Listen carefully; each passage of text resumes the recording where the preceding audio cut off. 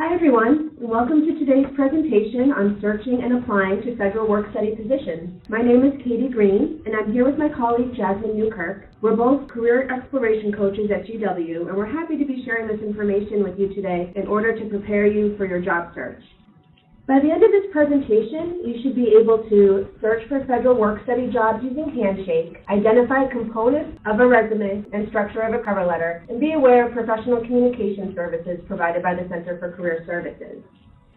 Hi everyone, so we're going to get started with Handshake. Handshake is the portal that all GW students have free access to, and you should have gained access to this on July 6th. So if you're not sure, just go back to your emails and you should have an email allowing you to log into Handshake. So Handshake is a portal that allows you to search for jobs and internship opportunities, connect with employers and other students similar to Facebook and LinkedIn, and register for career events such as the biannual career fair. It also allows you to have access of tons of career-related resources. It's also where you can schedule an appointment to meet with a career coach. And now I'm going to show you how you can use Handshake to find a federal work-study position. If you would like to, you can just watch and listen to the presentation, or you can open up a separate browser and follow along. If you miss anything during the presentation, don't worry, because in early August, you will be sent a copy of it, and it will also be posted on the Student Employment website. To begin, you're going to want to type in the red URL, gwu.joinhandshake.com, into your web browser. Once you get to the website, you'll see the GW logo on the left, and on the right, you'll be asked to log in using your GWU SSO. This is your GWU single sign-on, and it's the same identification name and password you created when setting up your GW email account. Once you have successfully logged in, you will be at your home page. And I want to point out a few things to you on this page. At the very top, you will see 6 tabs. The first tab, titled For You, serves as your news feed. Now, your news feed is created based upon your Handshake activity and your interests. And Handshake works similar to Facebook and Netflix because it uses an algorithm to show you other things that you might like. So in this case, it'll show you jobs, employers, events, and more that match your interests. You can also view our career service events under the Events tab. You can view fellow GW student profiles under the Students tab. And under the Career Center tab, you can access all of our resources, and you can also schedule an appointment to meet with a coach.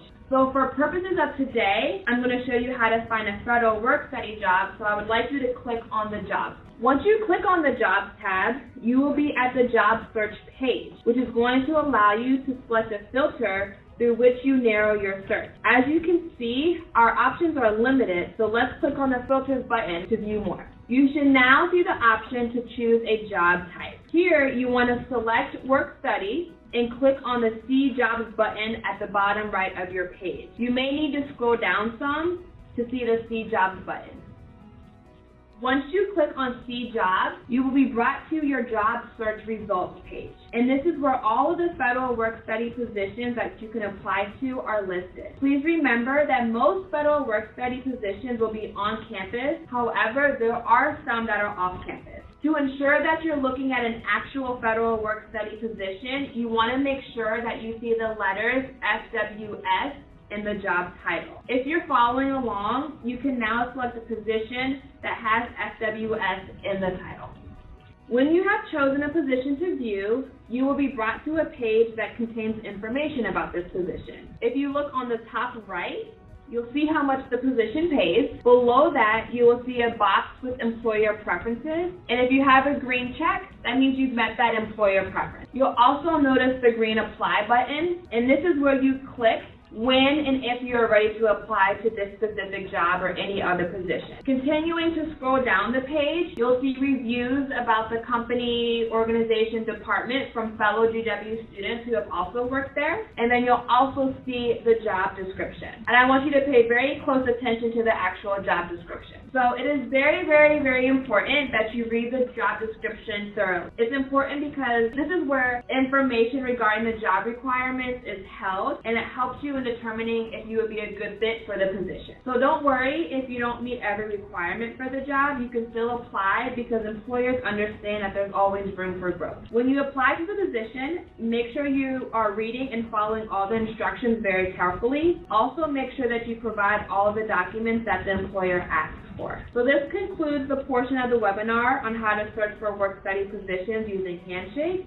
Katie is now going to speak on how to create a resume, which is going to be super important when you begin applying for different positions. The purpose of a resume is to market your skills and experiences to professional employers. Some of you might already have a running list that you've used during high school, but now is the time to create a professional resume that you can continue to develop throughout your college career. A resume should be one page, the margins should be between 0.5 and 1 inch, and the font size should be 10 to 12 points. There are many sections that can be incorporated into a resume, but the four main sections are education, experience, activities, and skills. Under each section, you will list your information in descending order, most recent to oldest. Experience does not need to simply be paid experience. It can include leadership positions, volunteer positions, or other types of engagements. One way to help distinguish between the experience section and the activities section of the resume is to consider whether you were in a leadership position of an organization versus simply being a member of an organization. So for example, let's say were you the captain of your baseball team, in which you could describe leadership skills you utilized in this role under the experience section, or were you a member of your baseball team, in which you could list it under activities. The skills section is where you can list technical skills and foreign language skills and any other particular certifications or skills that you think would be important to put there. You'll use bullet points to describe your experiences and skills as opposed to writing paragraphs, which we'll explain further in the coming slides. Here's an example of a well-crafted basic resume. Take a moment to review the content and familiarize yourself with the structure.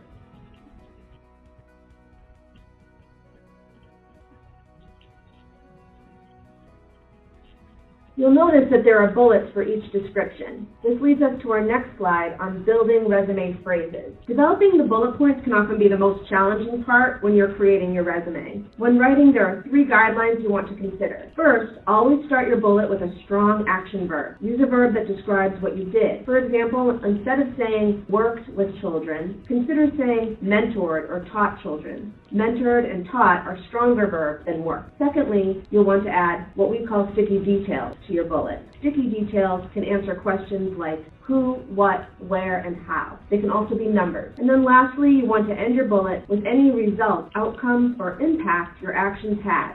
So thinking about what happened because of my actions. No worries if you didn't catch this the first time. Let's look at a couple examples from the sample resume we just showed you. So the first example will be processed orders in a busy, high-volume environment in order to maintain daily sales goals. Processed orders is your strong action verb. In a busy, high-volume environment are your sticky details. You're describing what the environment was like where you processed these orders. In order to maintain daily sales goals is the result, because you processed the orders in a busy, high-volume environment. So putting that all together, you have processed orders in a busy, high-volume environment in order to maintain daily sales goals. That's an excellent bullet point. Moving on to our second example, collaborated with President to plan monthly volunteer events at local food bank that encouraged club members to engage in community service. Collaborated is your strong action verb, rather than help or assist. Who did you collaborate with and why? You collaborated with the president to plan monthly volunteer events at local food banks. These are the sticky details. And lastly, what was the result, outcome, or impact of your collaboration? It encouraged club members to engage in community service. So again, putting that all together, we have collaborated with president to plan monthly volunteer events at local food banks that encouraged club members to engage in community service. That's a complete, robust bullet point.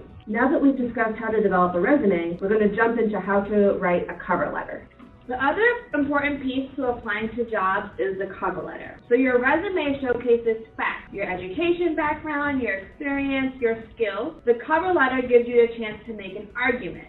So why do you want this position? Why would you be a strong candidate? And if you want to, it also gives you an opportunity to emphasize a specific experience from your resume. So let's get into the basics of how to construct your letter.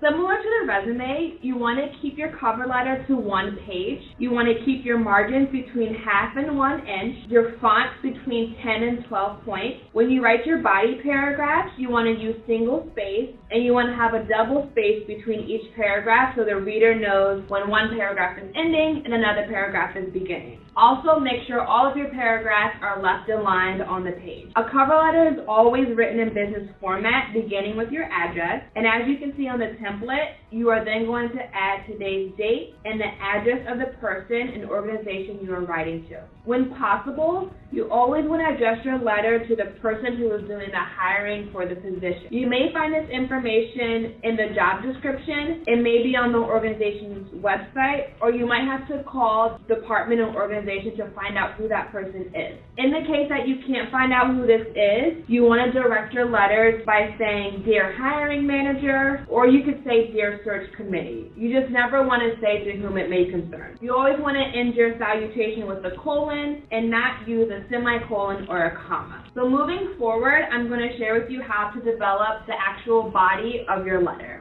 So the body of your cover letter is going to always include an introduction paragraph, a body paragraph, and then your conclusion paragraph. So in your intro paragraph, you're going to want to state your interest in applying for the position. You want to express your reason for applying, and then you want to end your paragraph with a transition statement. So for example, you might write something like, "I am eager to be applying to the biology office assistant position at the George Washington University. I believe that I have the necessary strengths and skills to be a valued asset to the office.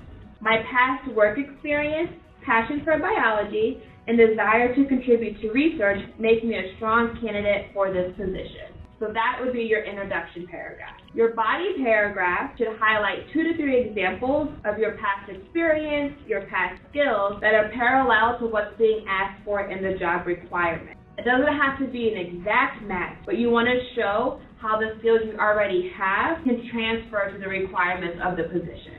And in your conclusion paragraph, you're going to want to restate your interest, and it's very, very important that you provide your availability. And your availability is going to be based on your class schedule, and it's also going to be based on any activities that you might be involved in during the school year. So make sure you're very clear about when you will be available to work, especially since you're applying for federal work-study jobs.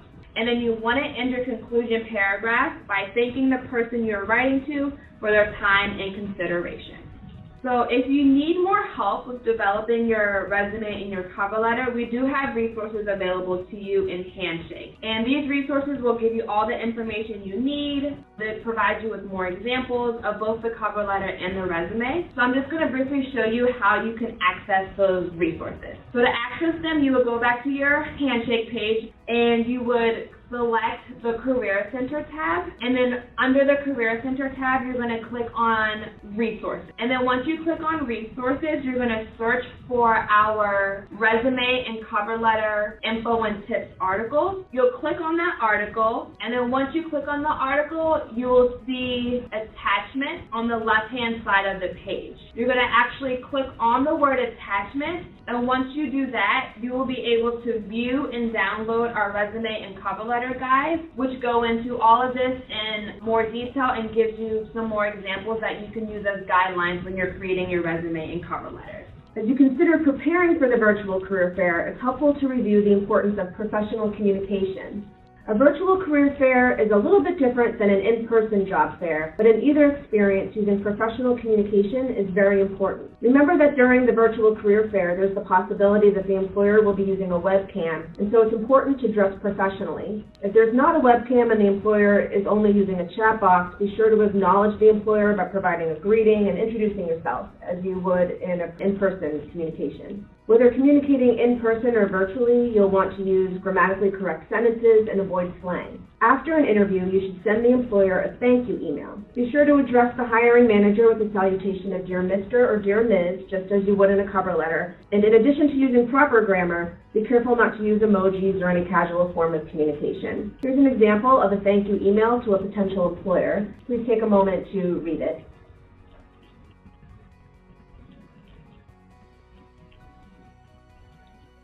Remember that professional development is an ongoing process, and so career coaches are here to assist you throughout your entire GW experience. We look forward to working with you, and don't forget that you can schedule an appointment with a career coach through Handshake. Our drop-in hours, which are Monday through Friday, 11 to 2. And please sign up for our monthly newsletter where we share tips on career exploration, professional values, and decision-making.